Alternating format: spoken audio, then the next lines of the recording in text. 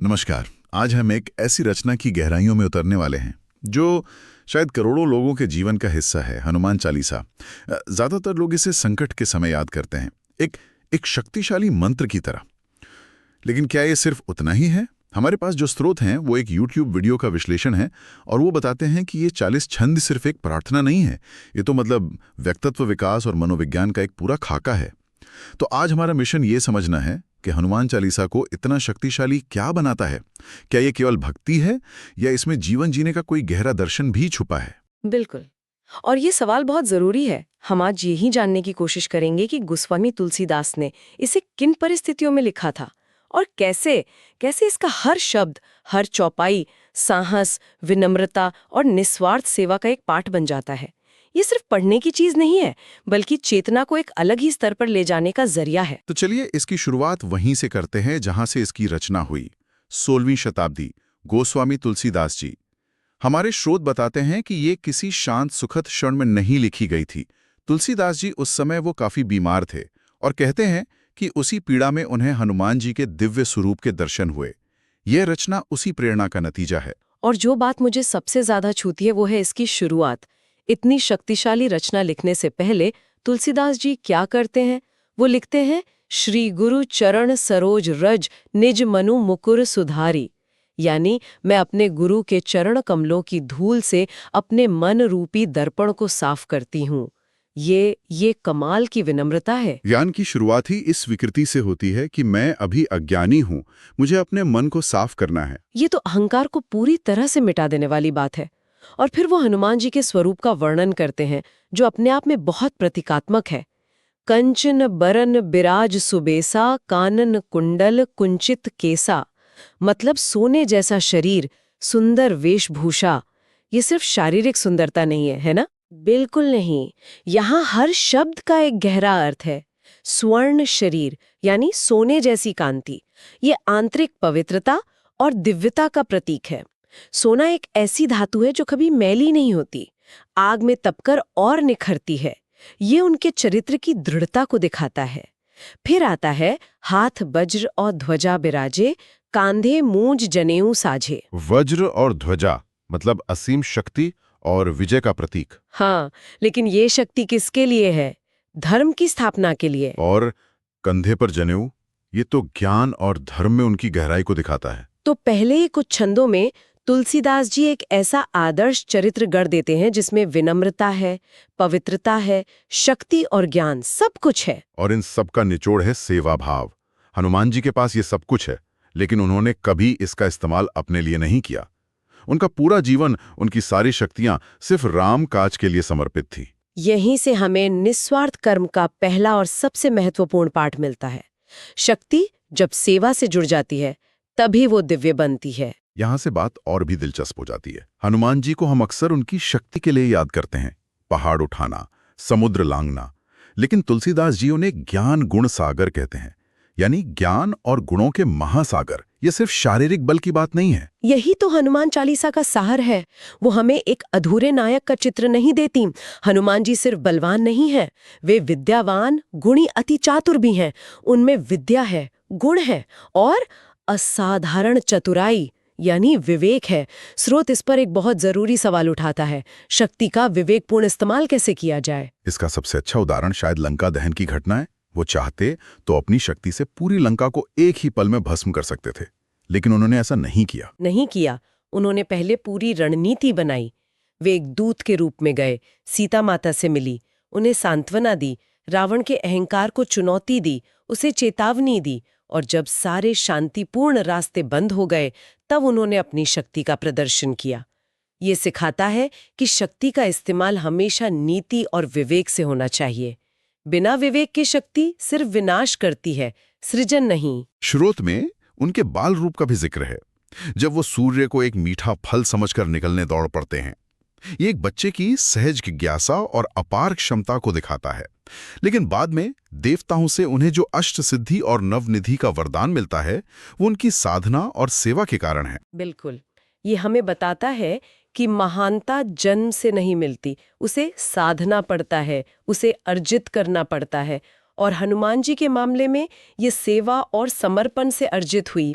इसीलिए वो राम रसायन के ज्ञाता हैं। वो जानते हैं कि असली शक्ति कहाँ से आती है।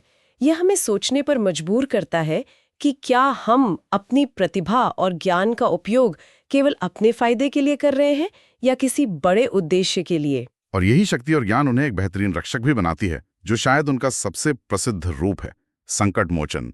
भूत पिशाच निकट नहीं आवे, महावीर जब नाम सुनावे। यह पंक्ति तो हर किसी की जबान पर रहती है, खासकर जब डर लगता है। हाँ, लेकिन यहाँ भूत पिशाच का अर्थ समझने की जरूरत है। स्रोत इसकी एक बहुत गहरी मनोवैज्ञानिक व्याख्या करता है। ये केवल बाहरी नकारात्मक शक्तियों की बात नहीं है। हमारे असली भूत पिशाच तो हमारे मन के भीतर हैं। हमारा भय, हमारी चिंता, हमारी ईर्ष्या, हमारी असुरक्षा की भावना। मतलब ये एक तरह का मनोवैज्ञानिक कवच है। जब हम आत्मविश्वास खो देते हैं या किसी बात से बहुत ज्यादा डर जाते हैं, तो हनुमान जी का नाम या उनका चरित्र हमें आंतरिक बल देता है। बिल्कुल। जब चेतना कमजोर पड़ती है, जब मन नकारात्मक विचारों से घिर जाता है, तब ये पाठ एक संबल की तरह काम करता है। यह हमें याद दिलाता है कि हमारे भीतर भी एक असीम शक्ति का स्रोत है। यह हमारे आत्मबल को जगाता है ताकि हम अपने आंतरिक डरों का सामना कर सकें। तो ये सिर्फ बाहरी संकटों से नहीं बल्कि मन के संकटों से भी बचाता है। इसी से जुड़ी एक और पंक्ति है, संकट ते हनुमान छुड़ावें, मन क्रम बचन ध्यान जो लावें। मुझे हमेशा लगता था कि यह सिर्फ प्रार्थना करने के बारे में है, लेकिन मन क्रम वचन का जिक्र वो इसे ज्यादा गहरा बनाता है। ये सिर्फ बोलना नहीं बल्कि जीना है ना? आपने बिल्कुल सही पकड़ा। ये कोई जादुई मंत्र नहीं है कि बस बोला और काम हो गया। ये एक तरह का विज्ञान है, विश्वास का विज्ञान। मन, कर्म और वचन से ध्यान लगाने का मतलब है पूरी तरह से एकनिष्ठ हो जाना। जब आपकी सोच, आपके कार्य और आपके शब्द तीनों एक ही दिशा में होते हैं, तो आपकी पूरी ऊर्जा एक जगह केंद्रित हो जाती है। इसे ही पूर्ण समर्पण कहते हैं। और जब ऐसा होता है तो हमारे भीतर की सोई हुई शक्तियां जागृत हो जाती हैं। तो ये एक तरह से अपनी पूरी चेतना को उस एक आदर्श पर केंद्रित करना है, और फिर उस आदर्श की शक्तियां हमारे भीतर भी प्रकट होने लगती हैं। हाँ, हनुमान जी उन अदृश्य शत्रुओं से लड़ने में मदद करते हैं, जैसे आत्मविश्वास की कमी, असफलता का डर।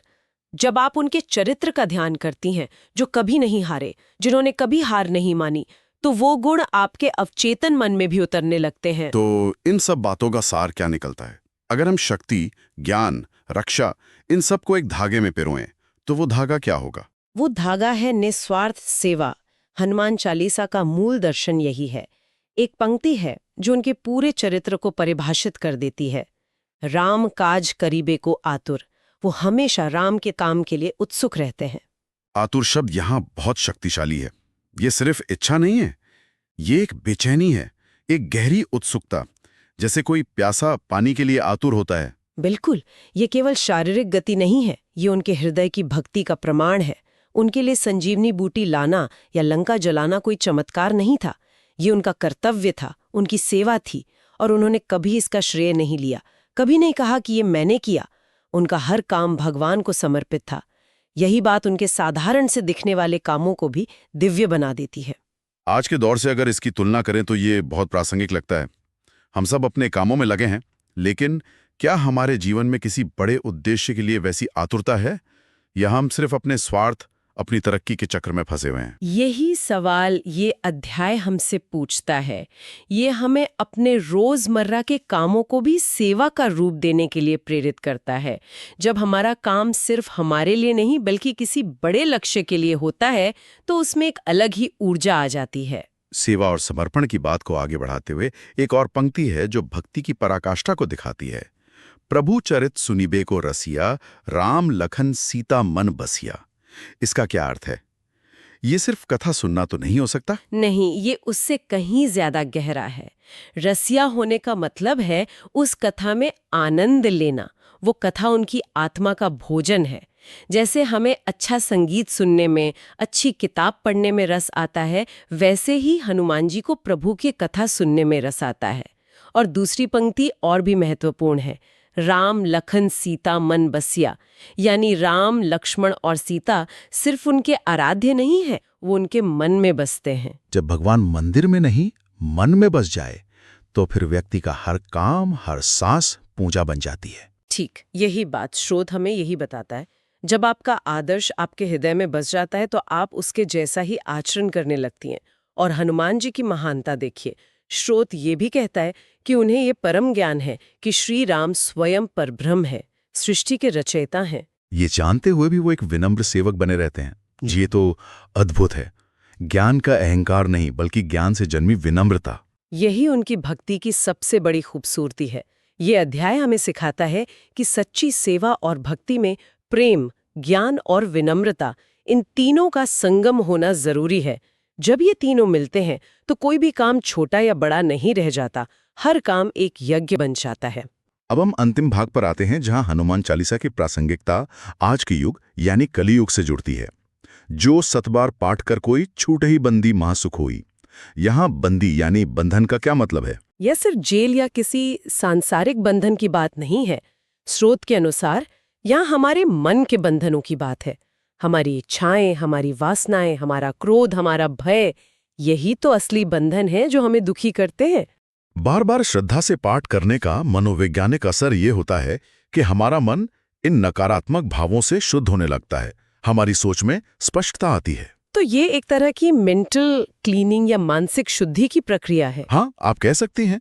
और इसकी प्रामाणिकता बढ़ाने के लिए तुलसीदास जी लिखते हैं, अस कही श्री गुरुदेव बखानी, जेहि सुमरत शिव करत प्रमाणी। यानी स्वयं भगवान शिव, गौरीश, इस सत्य के साक्षी हैं। यह इसे सिर्फ एक कवि की कल्पना से उठाकर एक प्रामाणिक आध्यात्मिक साधना का दर्जा देता है। तो आज के इस तनाव भरे जीवन के लिए, जहां हर कोई एंजाइटी, स्ट्रेस और दिशाहीनता से जूझ रहा है, इसका क्या संदेश है? संदेश बहुत स्पष्ट और सीधा है। अगर मन को शांत करना है, आत्मबल बढ़ाना है और अपने भीतरी डरों पर विजय पानी है, तो हनुमान चालीसा एक जीवंत मार्गदर्शक है। लेकिन सिर्फ यंत्र की तरह पढ़ने से शायद उतना लाभ ना हो। इसे समझना और इसके गुणों को, जैसे सेवा, विनम्रता, निस्वार्थता, साहस, अपने जीवन में उतारने की कोशिश करना ज्यादा जरूरी है। स्रोत में से जीवन का हिस्सा बनाने के कुछ तरीके भी बताए गए हैं। जैसे दिन की शुरुआत में इसका पाठ करने से एक सकारात्मक ऊर्जा मिलती है, या किसी मुश्किल घड़ी में जब मन घबरा रहा हो तब इसका पाठ करने से हिम्मत बंधती है। बिल्कुल, यह एक टूल किट की तरह है। आपको जब भी अपने भीतर साहस, शांति या सेवा भाव की कमी महसूस हो, आप इसके पास जा सकती हैं। यह आपको याद दिलाता है कि आप जितना सोचती हैं, आप उससे कहीं ज्यादा शक्तिशाली और सक्षम हैं। तो आज हमने हनुमान चालीसा के श्लोकों के पीछे छिपे गहरे अर्थों को समझा। ये सिर्फ देवी देवताओं की स्तुति नहीं, बल्कि जीवन जीने का एक संपूर्ण दर्शन है। यह हमें सिखाता है कि असली शक्ति विनम्रता में है, असली ज्ञान सेवा में है और असली विजय अपने मन के डरों पर पाने में है। यह हमें अपनी ऊर्जा को बिखेरने के बजाय एक ऊंचे लक्ष्य की ओर लगाना सिखाता है। ये एक ऐसा रास्ता है जो बाहरी संकटों से लड़ने की हिम्मत भी देता है और आंतरिक शांति भी। अंत में श्रोता के लिए एक विचार छोड़ जाते हैं। स्रोत ये सुझाव देता है कि हनुमान जी के गुणों को अपनाकर कोई व्यक्ति सिर्फ उनका भक्त नहीं रहता, बल्कि धीरे धीरे उनके स्वरूप का अंश बन जाता है। तो सोचने वाली बात यह है कि आज के दिन अपने किसी एक छोटे से काम में हम उस निस्वार्थ सेवा या निर्भय साहस का एक अंश कैसे जी सकते हैं। शायद किसी की बिना उम्मीद के मदद करके, या उस काम को करके जिससे हम अब तक डरते आए हैं।